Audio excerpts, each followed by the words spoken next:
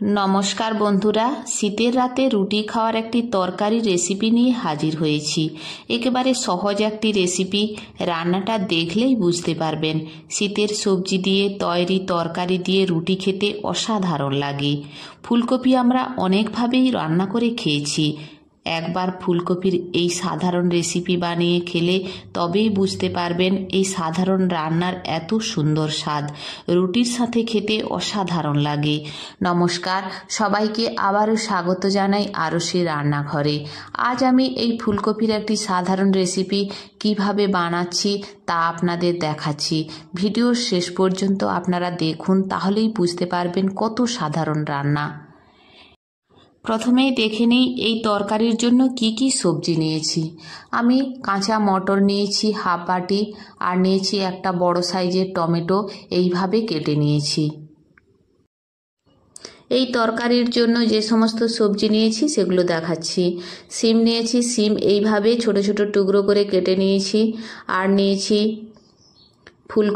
ফুলকপিকেও এরকম মাঝারি সাইজের কেটে নিয়েছি। খুব বেশি বড় করছি না কিংবা খুব বেশি ছোটও করছি না, এরকম সাইজের কেটে নিয়েছি। এরকম সাইজের করে আলু কেটে নিয়েছি, 2 পিস আলু নিয়েছি, ছোট ছোট 2 পিস আলু এইরকম সাইজের কেটে নিয়েছি। আর নিয়েছি গাজরও সেই রকম ছোট ছোট সাইজের করে কেটে নিয়েছি। আলুর সাইজে কেটে নিয়েছি একটা বেগুন। আর নিয়েছি ঝালের জন্য কাঁচা লঙ্কা এবং 1 কুচি আদা। এখানে রান্না আমি সর্ষে তেলে করছি না, ভেজিটেবল অয়েলে করছি। আপনারা চাইলে সর্ষে তেলে করতে পারেন। ফোড়নের জন্য দিয়ে দিয়েছি একটা গোটা লঙ্কা ফাটিয়ে দিয়ে দিয়েছি, আর দিয়েছি গোটা সাদা জিরে দিয়ে একটু নাড়াচাড়া করে তাতে দিয়ে দিচ্ছি সবজি, আলু, গাজর এবং ফুলকপি এবং বেগুন দিয়ে লবণ দিয়ে নাড়াচাড়া করলাম। এরপরে দিয়ে দিচ্ছি গ্রেট করা আদা এবং কাঁচা লঙ্কা। একটু নাড়াচাড়া করে দিয়ে দিচ্ছি 1/4 চামচ হলুদ গুঁড়ো। আবারও একটু নাড়াচাড়া করে তারপর দিয়ে দিচ্ছি সিম। বাচ্চারা খেতে চাইলে আপনারা লঙ্কা এড়িয়ে যেতে পারেন, না হলে লঙ্কা স্বাদ অনুযায়ী দিতে পারেন। যদি বেশি ঝাল খেতে চান তাহলে কাঁচা লঙ্কার পরিমাণ বাড়িয়ে দিতে পারেন। এখানে আমি ঝালের জন্য কাঁচা লঙ্কাই ব্যবহার করছি। তারপর দিয়ে দিচ্ছি জিরে গুঁড়ো 1/2 চামচ এবং দিয়ে দিচ্ছি 1/2 চামচ ধনে গুঁড়ো এবং দিচ্ছি 1/2 চামচ কাশ্মীরি লঙ্কার গুঁড়ো। কাশ্মীরি লঙ্কার গুঁড়ো কেবলমাত্র রঙটা ভালো হওয়ার জন্য, আপনারা চাইলে স্কিপ করতে পারেন। পাকা টমেটো কেটে রেখেছিলাম, সেই পাকা টমেটো দিয়ে দিলাম। আর দিয়ে দিলাম কাঁচা মটর। দিয়ে সমস্ত সবজি ভালোভাবে নেড়ে নেব। এইভাবে কষিয়ে নেব প্রায় 3 থেকে 4 মিনিট।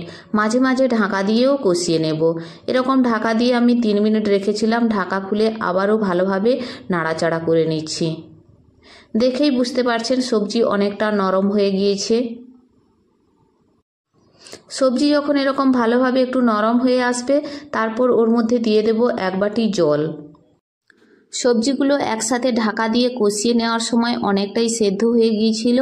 তরকারিটা মাখা মাখা হবে, তাই বেশি জল দেওয়ার প্রয়োজন নেই। ঢাকা চাপিয়ে এইভাবে রান্না করে নিতে হবে 4 থেকে 5 মিনিট। এই সময় আপনারা দেখে নেবেন লবণটা ঠিকঠাক আছে কিনা, একটু চেখে দেখে নেবেন।